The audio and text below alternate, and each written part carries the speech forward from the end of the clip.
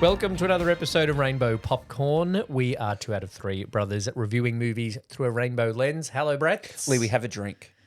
Oh, sorry. Hi, how are you? Let's get straight into the drink because we have a lot to talk about. Listeners, Finally, guess what's arrived? I nearly had alcoholic to change my orange. pants when I saw this in IGA the other day. I went to the High Point Hotel for dinner last weekend and Where is that? I ordered... Don't say High Point. It's out near Pancake Parlour near the cinemas, next to the Korean barbecue. Oh, okay, yes. And I ordered a hard rated lemon. Great. And she said, "Have you tried the orange yet?" I went, "No, have you got it?" She's like, "No, not yet." I'm like, why tease me for? I had a hard rated at Pride the other night. Yeah, Went down a fucking treat. they do. Also, Yep. Mon makes a great cocktail. I'm I wearing had Mon's G-Spot. Trimon's G-Spot. I had a French. We're going to have some cocktails Several. over the next 3 weeks, but we'll get to that. Anyway, Let's have the orange. hard rated. The MCG teased me as well because I rode my scooter. They kept advertising Yeah, it. but that night that I went to the MCG and they kept advertising it, I'd rode my scooter and I'm still on my P's.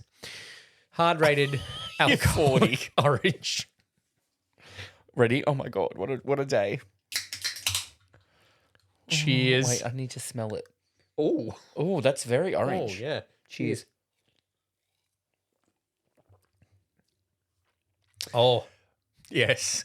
It doesn't. Worth the wait. Okay. Very good. It's, I'm not going to say it tastes exactly like Sunkissed. No, but the smell is very actual orange, yeah. which is good. Oh, that's good. Not as refreshing as a lemon, but Let's see it on a hot day, though.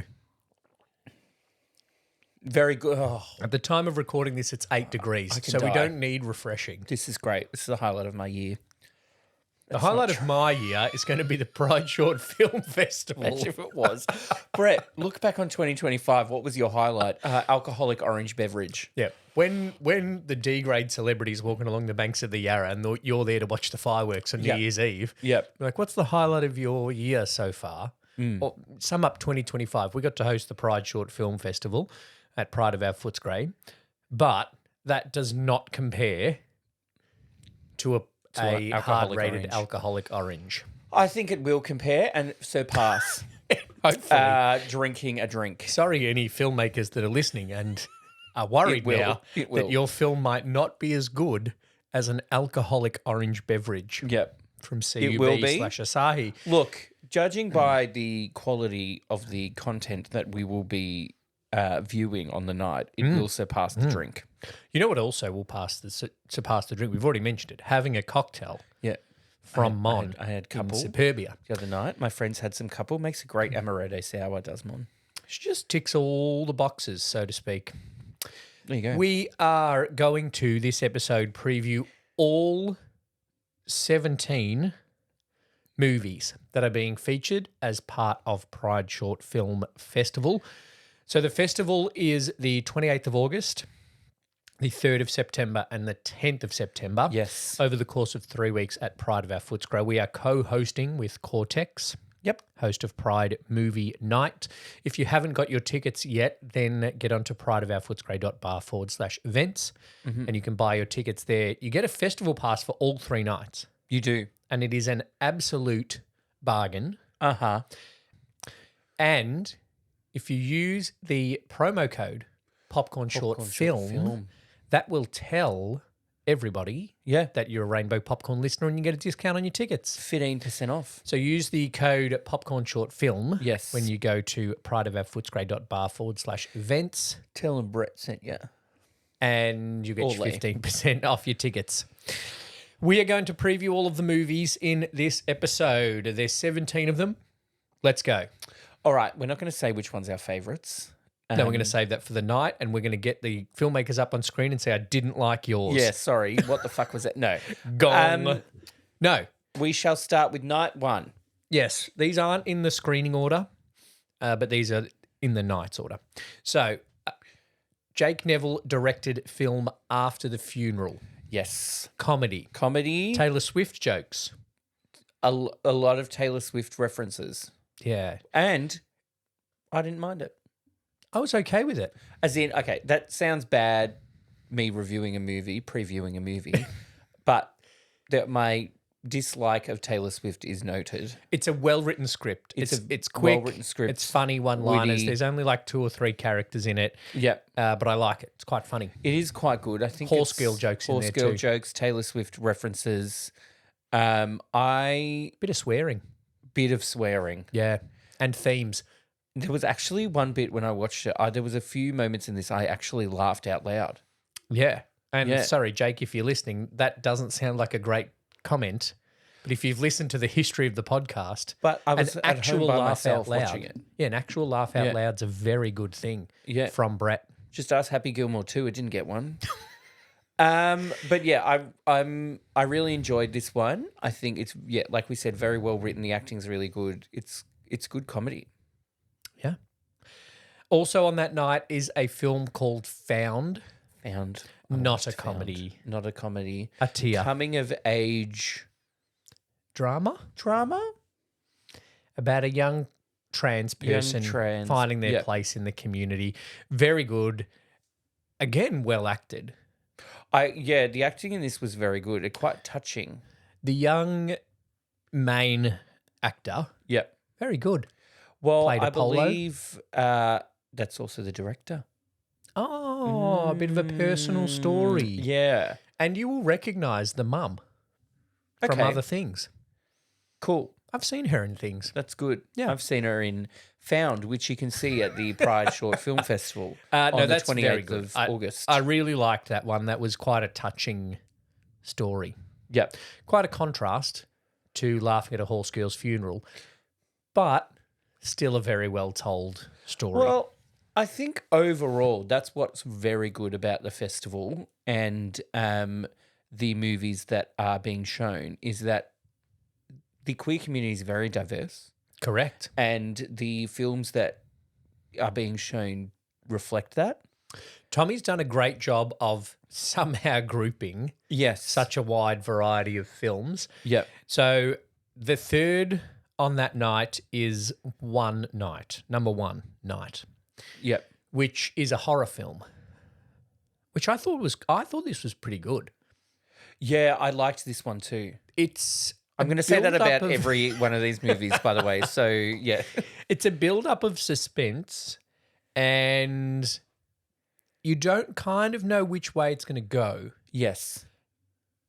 And I don't want to say too much more than that. Yeah, that's the thing. We can't say much about it. It's good. I don't want to spoil it, but again, well written. Also well shot. Good use of colour in this one. Yep. I think this is because I haven't watched a lot of short films, let's be honest. But I like how much in a short period of time you can get across. Yeah, that's one of the things that really impressed me about watching all of these short films. And the one thing I'm going to congratulate every person that gets on stage with us about doing, because I've tried to write microfiction or flash fiction, and it's very hard. Yep. And if Lee can't do it. Well, and if any of the filmmakers want to buy the 2 flash fiction stories that I wrote, one is a horror with a twist.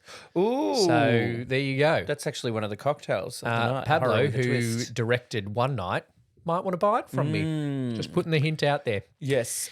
Also on this night, not a horror, unless actually maybe from some people's point of view, this is a horror. Horrific. Dinner with Dad. Traumatic. Guy catches up for dinner with his dad, and his dad's an old man who hates the gays. Specifically, the gay that is his son. Doesn't necessarily hate him, but refuses to accept it. Look, we've all been there, some of us. No. It's a common experience, I think, and that's one of the things about enabling queer people to have a space to tell their stories, is that stories like this, which may not be able to be put out there, are able to be shown. Yep. And I think this one's done really well. Again, it's a short one, and it fits a lot in there with just 2 actors who are very good actors. Very good actors. And again, it's it's quite a touching story. And yeah, it is. There's a lot of movies about parents not accepting gay children, and this is done in a different kind of way, I think. So it does put a different slant on it, and it's a bit of the hope of reconnection Yep. is, I guess, the premise of the start of it. And then we kind of follow through this one dinner and kind of the emotions of both sides that go with it, which I think is done well. Yeah. Also, night one of the couple of documentaries that are on the list. This is called Nam the House Down. So this is a documentary that follows some of Melbourne's drag performers. And again, quite a diverse selection of drag performers from Melbourne or Nam. Yeah, and they do discuss how Melbourne has a very diverse drag scene compared to maybe other major cities in Australia that are on the East Coast. Newcastle. Yeah, I was actually talking about Wollongong. But no, it's again, it's a great look into it. And kind I of love a doco. Yeah, I think it's And quite. I think this does it well. Yeah, it does do it well, and the Queen's they're very good and they're very kind of open and honest, And which is great. it's a bit of like, how did you get into drag, as well as how do you find the drag scene in Nam? Yeah, And what does drag mean to you as a performer? It kind of covers a bit of all of those bases. well, I think that's one thing about Melbourne as well is compared to other major cities like Wollongong, that are on the East Coast. Townsville's another one. Terrible drag scene in Townsville. Their drag scene, their gay scene is in one spot. Whereas in Melbourne, it's north, south, east, west. Well, and you can see in this documentary, like there's shots of all of these performers performing at Pride and at Molly's and at Circuit. Yep. And really getting around to everywhere. Yeah. The final one from night 1, which is also going to be screened on night 3, which I'm very happy for. I know we said we were going to play favourites, but this is one that I really like. Yeah. It's called Eternal Garlic. It's very cute. It is nice. It's a nice little comedic romance silent film. I am not comparing this movie to Sinners, but after I watched Sinners, Okay. Yeah. I was like, oh, you can do something different with vampires. Yeah. And Eternal Garlic does this as well. It's about a vampire who's trying to find true love. And they sign up for the online dating. Yeah. And have some dates that go wrong. And there's some clever little ways of working vampire law into there, as well as the law of all vampires being bisexual. And it's done in a little silent film way. Yeah, and I think is it's cute. it's well written and the acting's good considering it is a silent film as well. I think it does it really well. I like there's a little bit where they're speaking and it's just like Yeah. That's funny. That's good. It is done well, and I think the silent film works with the old vampire thing. Yeah. Like I think that Yeah. that's good. Not the Nosferatu original style of silent film. No. The little kind of Yeah. silent film comedy. So night 1 is going to be great night to kick it all off. I'm really looking I'm looking forward to all of the nights. Yep. When Matt and I got interviewed on Joy the other week, I think Matt said night 2 was going to be his favourite. Oh, really? But I have a couple of favourites in each night. Yeah. I think it's a good, like you said, Tommy's done well to curate it, if you will. Yeah. Night 2 Night 2. starts with a story that's not quite as cute as Eternal Garlic. Big Flirt. Big Flirt. This Look- was interesting. I really liked this one. I did write in my notes a poetry reading and they're all angry lesbians. There's a lot of there that. were a couple of gay men in there. There were some nice gay men, but a lot of the movie is made up of angry lesbians, which I'm fine with. It's a very well-written movie for all of those aspects. Yep. One of the stars I used to make coffee for. Oh, well, there you go. Yeah. Maybe on the way to shooting this. Possibly. Oh, you've No, it contributed. was made in 2025 and I closed my cafe, unfortunately, in 2023, thanks COVID. But it's a good little, like there's a few little stories going on at once. Yeah. And you get little peeks into each of them and they all cross over a little bit. And there's some poetry reading in there as well, which Yeah. is good. I think no, and it's good. Builds up to kind of the end of the poetry session, if you will. Yes, and where all these little bits of stories kind of come together. Yeah. But that's a very well-written one. It's a lot of character interaction, which can be challenging in a script, and I think it's done really well. Yeah, and I think it's different to the other films that are on the list. Yeah. Yeah. Speaking of character interaction that's difficult, the film The Back Eye, that character of the boyfriend's an asshole. I hope he doesn't come because I think I hate him. So gonna well be- done for that. Yeah, well, I think that's one where I'm going to see him. Like some actors, you see them in movies and you're just like, well, like Sydney Sweeney, recent controversy aside. Okay, great. Sydney Sweeney from The White Lotus, her character was such a bitch that I was like, I fucking hate Sydney Sweeney. Oh, it's been 5 years, Lee. You need to get over it. No, well, I can't now. She's a Republican. So you're like, told ya. It's Yeah. like this girl at work who picked that we were all going to end up hating Ellen. Oh, really? Yeah, she picked that. I don't know how. Maybe she worked with her. The film The Back Eye is another Jake Neville film, quite prolific. Young Jake. It's a drama thriller, and it's got Yes. some heavy stuff going on. This night probably has a content warning.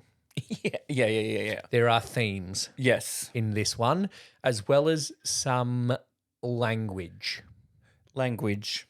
The F, There is some language. There's a couple of slurs There are a couple of slurs, an F and a D, I think, in there as well. and a G. Yeah. Yes. Sorry, I had to think what the G was. But no, again, it's quite heavier than the other, some of the other movies in the selection. But well done told well. and Well good acted. themes of weak men and empowered women, Yes. which we love. Yeah. Who doesn't love a weak man? Speaking Sorry. of Cut that out. empowered women, the film Potential? No, That you tried. I tried, Yeah. but I'm not going to. Another on night 2 of the Pride Short Film Festival is the film Potential. I really liked this one. Yes. So, as a creative myself, I find it hard. Like, oh, you're an author. Have you released anything? Oh, no. Oh, so you're just writing stuff. Like, no, I'm an author. I just don't have a book out there. yet. Yeah. I'm still authoring. I still write a lot Yeah. of stuff, including notes about movies to talk about on the podcast. But this is a woman who is an artist / graphic designer. She has trouble getting her work out there, and she has trouble convincing people that she is an artist. Yeah. But it's a good look at potential of creativity and potential impact of your creativity out there in the world. I won't spoil the ending, No. but it's a good look at that from one artist character's point of view. It's one of the shorter ones, It is. but quite cute and But quite again, nice. it's short but sweet Very sweet. and doesn't need a whole lot of extra length to get its message across. That's what That was she a said. weird way of saying that, Brett. Anyway, Speaking of short and sweet, Tea and Biscuit Crumbs. Biscuits was very cute. It's very cute, and it's a little old lady. Oh, little old lady. One thing I really liked about it is the little old lady had a girlfriend, which seems odd to say because she's old, but had a female partner Yeah. who has unfortunately passed away. But the family were just like, yeah, that was your girlfriend. Which I Yes. think was okay. That was Yeah. good. I Yeah. really liked that They about didn't it. make a thing of it, yeah. They didn't make a thing of it. It's quite a cute story. It was giving a little bit of Thelma at the start, just like this little old lady pottering around her house. Yeah. But the old lady is a very good actress. I hope I get to played it meet really her on well. the night. Yeah. I'll buy her a little cup of tea. Oh. Maybe get Mon to spike it with something. a Long Island. Little amaretto in a Long Island iced tea instead. Jeez, get the dance floor going. No, Tea and Biscuit Crumbs is very cute and funny, and another well-told, very short little compact piece of storytelling, which I Yes. like, and another Yeah. tier.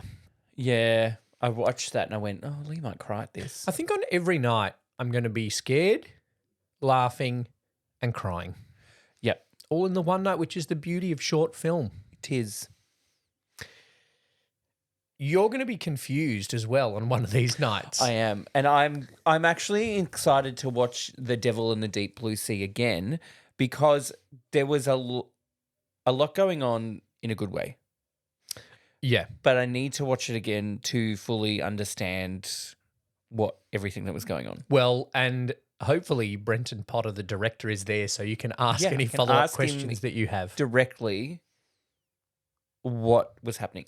I will get which it. Which of my possible endings Yeah. was the ending you were going for? Probably the third option that I didn't think of. Yeah. But no, very well made. And again, another kind of silent film, like not really any dialogue. Yeah, more like kind of background noise, almost flashbacky stuff Yeah. going on. Yeah. The Devil in the Deep Blue Sea, so it's about, like you fill in from the backstory that these guys met on a ship in an era where you can't be gay, and one of them has to go home to the wife. And then they are both troubled by what happened on the ship and by what happened in their relationship. Yeah. Not the ship and the The relationship. relationship. And it's quite complex, and there's some good visual storytelling and some good hints of things that you can pick up as you go along. Yeah.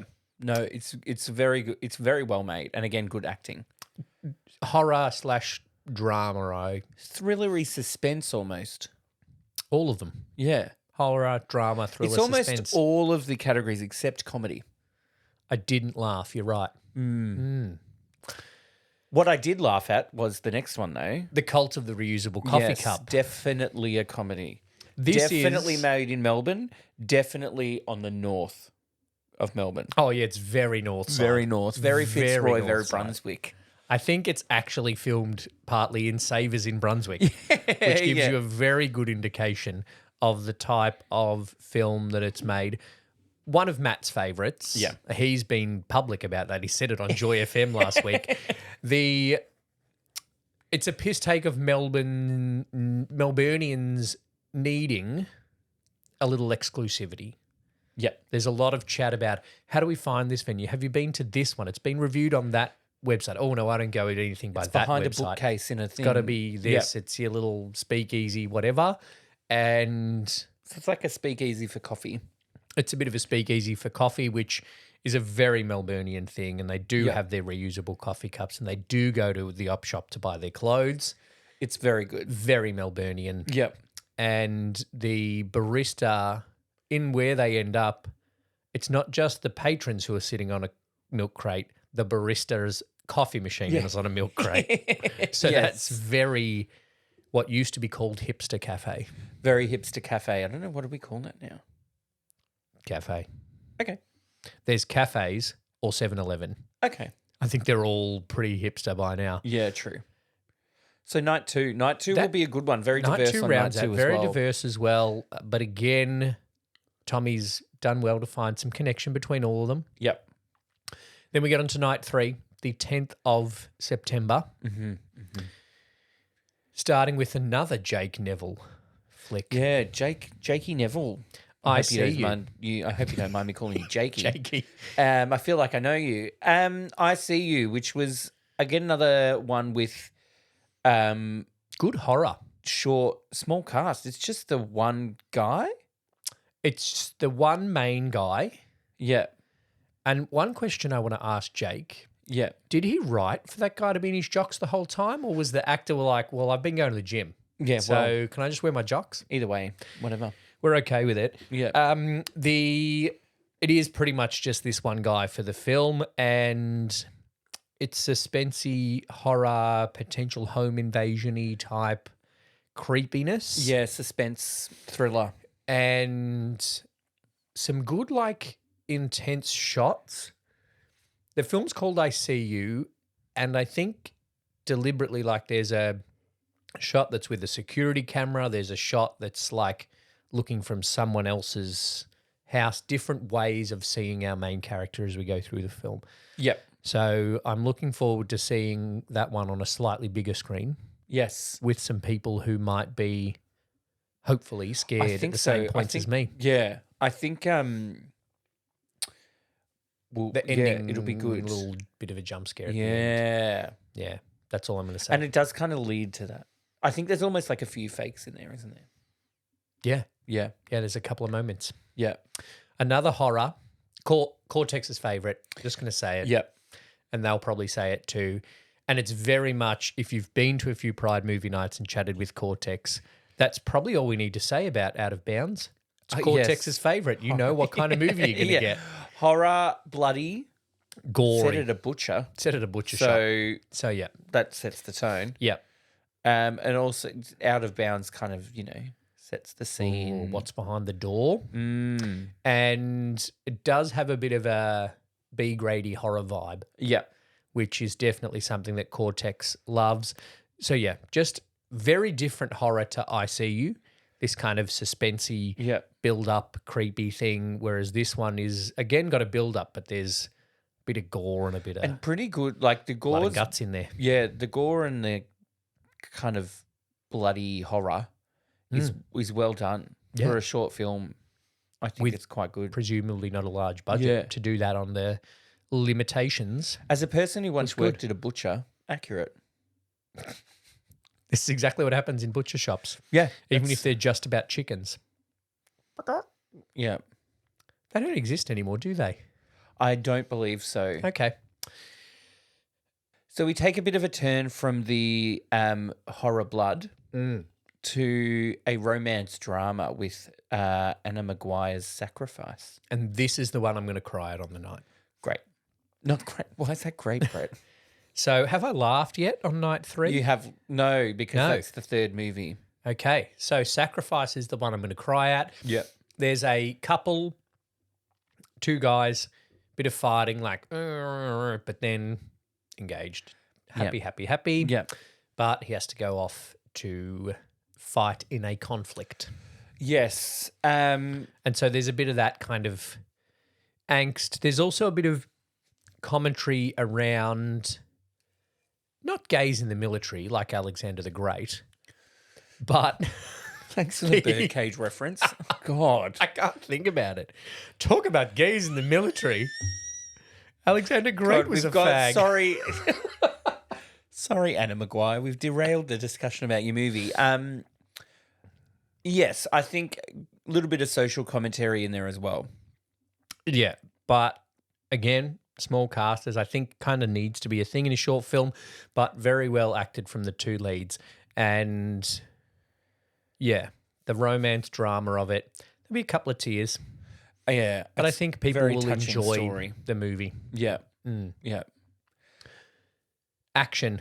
We haven't had an action We haven't film. had an action, but this one comes with, and don't mind the pun, packs a punch. Oh, there you go. Boom, boom. Hang on. Got it. Was that the crickets? No. No, action film that was actually filmed at the Victorian Pride Centre. Yep. Great. Which good and very good stunt work. Well, William Jones, who's the director, was a stuntman for 20 years. Yeah. So How great very stunts, Kihi Kwan of him. great action, and just also a life lesson. Clean the fucking toasty machine in the staff At the kitchen. staff kitchen, clean your toaster machine. Don't, and also, anybody at my work listening, don't leave it on when you're finished with it. Oh, my days. Anyway, sorry. That makes it sound like somebody doesn't clean the toasty machine and then it becomes a bit like John Wick. Like, John Wick You've lost me. fought all the Russians because one killed his dog.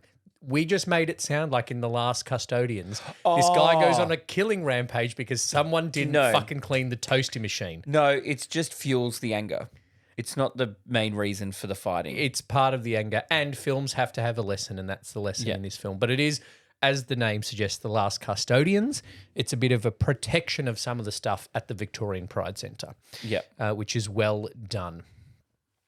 Speaking of Victorian Pride, Dance with Pride and a Journey of Identity Through Movement Yes, another documentary. which was created in collaboration with Victorian Pride Centre and the Street Party, Yep. as well as LARC, Yes. which is telling the story of Latin American and Hispanic rainbow community, which is LARC, their kind of projects that they do and the dance project that they put on as part of the Street Party Yep. last year. Again, diversity. Yes. Kind of shows the diversity within the queer community in Melbourne, but also showed the diversity within LARC itself. Yes, it did. In Very some well. of the dancing, the photography exhibition that was part of it, and a good example of what Street Party, Midsummer, Pride Centre, and groups like LARC are all about when it comes to representing and empowering our community. I think it does it very well, and it is again a different kind of movie, being a documentary, little short film. So I think it adds to you'll laugh, you'll cry, you'll get scared, you'll learn something. Yeah, you're going to laugh, cry, learn, and be scared on every one of these nights. Yeah, it's going to be a great few nights. I'm really looking forward to it. I know I've said that a number of times, and I know we've said everything's good a number of times, but as Matt and Tommy and Cortex have all said about this, we have been very impressed with not only the number but the quality of the short films Yeah, that have been submitted. yeah, And I feel excited that Matt and Pride have asked us to be a part of it. yeah. It's going to be great. And I'm looking forward to chatting to everybody on the night. Again, if you want to get your tickets, 28th of August, the 3rd of September and the 10th of September, 3 weeks, go to prideofourscray.bar/events and use the promo code Popcorn Short Film. Mm-hmm. Use the link in the episode description as well to get there. You'll get a little discount on your tickets because you're a listener of Rainbow Popcorn. But we're very excited to be a part of it. Yeah, I'm looking forward to it. I think it'll be a good. It's going to be great to see the films and then chat with the people involved in making them after as well, which will be great to see. Because I think it's great. Like doing this kind of short film thing takes a lot of effort, generally from like one person. I'm going to pitch all of them, my short story. Great. I look forward to it. It's going to be on the festival this time next year. The second Pride Short Film Festival is going to happen. Great. Manifesting. Great. Is that Moving the name of the into film? Screenplay writing. You haven't got a title. No, it hasn't got a title. The Untitled Lee Hayhow Project. Yep. The Untitled Lee Hayhow Horror with a Twist project. Mm. Anyway, I'm not going to get on we're not that gonna go. track. Come along. Come along.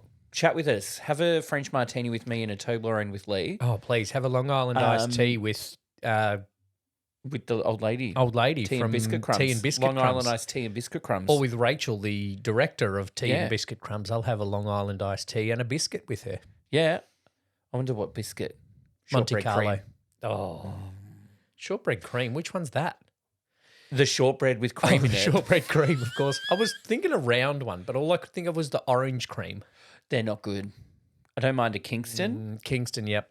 Monte Carlo's like the second one. You go to the... Anyway, we're getting off Here's a topic. side note. No, I need to fit this in. I was driving home the other night, right, with Dad after I took Dad to a concert, and we were listening to Dykes on Mics on Joy FM. Okay, great. Right? Yep. If you'd asked me when I was 17 before I came out, if I would be driving home from the Australian Chamber Orchestra with my father listening to Dykes on Mics, I would not have told you that would be the case. Okay. But we were. They were talking about Arnott's Biscuits, and they released their top 20 I couldn't even name chocolate 20 biscuits. Oh. Yeah, their top 20 chocolate biscuits. Oh, well, because they've got like... Oh, well, it's mint slice. Oh, no, number way, they one- make Tim Tams. Yeah, number one was Tim Oh, Tams. sorry, I apologise, Tim Tams and Arnott's and everybody. Did they then rank their different flavours of Tim Tams? No. Was Number just one two, general number category. two was mint slice. Okay, I agree. They should have stopped at 10. And the Dykes, I can say that because that's the name of the show. That sounds so bad. Yeah. The people hosting the show also said Arnott should stop at 10 because the bottom 3 were gluten-free mint slice, gluten-free TV snacks. No. Although Kingston was in the list. Cream. chocolate Scotch finger. Yes. Good. No, but do you think Kingston's a Teddy chocolate Peppies? biscuit? I wouldn't. It wouldn't be in the top 20 that come to my mind. But hey, I forgot about Tim Tams for a second, so maybe don't take my word for it. Well, because Tim Tams are an Australian icon. They're not a biscuit. They're a cultural moment. That's true. Nearly said attaché. Can I say one more thing? From the birdcage? Or I might about not have biscuits? this in the episode, but I just want to chat about it. Okay, we're recording, so why not? Dad and I went to see the Australian Chamber Orchestra. What Right? did they play? Very la-di-da compared to, 2 weeks ago we reviewed The Fly. Hey, that was fancy. We were at Hamer Hall, Australian Chamber Been there, Orchestra. played They were there, done playing Shostakovich. Oh, Why was I not even? We've talked a lot about audiences, Yes. right? And I Not- feel like you're gonna if say we were about to get oldies. into TikTok sketches, Uh-huh. they would be to do with audiences. Yep. If you are going to see an orchestra, right? Listeners out there might never have seen a live orchestra, but will have heard some classical music in your life. Some bits are quiet, some bits are loud. That's generally If you have a sound bit of a works. cough, wait for you have a to loud wait bit. for, especially Shostakovich. There's be plenty of loud bits. There were some bits that were loud, Shostakovich was it? and then it went down and was just like 4 string players playing, and then people coughed. Which Shostakovich was it? If you say his 10th Symphony, No, it was the Shostakovich Piano Concerto No. 1. oh, that's fine. And don't know that one. Shostakovich Chamber Symphony No. 8. Because we played a Shostakovich many, many years ago, about 20 They years also ago. played Gershwin's Rhapsody in Blue. Oh. Yeah, which is really good with a trumpet player instead of a clarinetist. Well, that's just blasphemous. No, well, it was the chamber orchestra, so they rearranged it for strings, piano, and trumpet because the Shostakovich Piano Concerto had a trumpet player in it. Okay. Yeah, so they kept the trumpet player instead of getting a clarinet in as well. Just chosen something else. Most of our audience do not give a fuck. That's true. Thanks for listening to another episode of Rainbow Popcorn. Join us at Pride Short Film Festival on the 28th of August, 3rd of September, and the 10th of September. You can get a festival ticket, throw in a night, pizza, 2 nights, chips, 3 nights, box of chip, Toblerone martini, French martini, get it all, and a Long Island iced tea. Mom's G-spot. We'll see you there. Thanks, Brett. Thank you, Lee.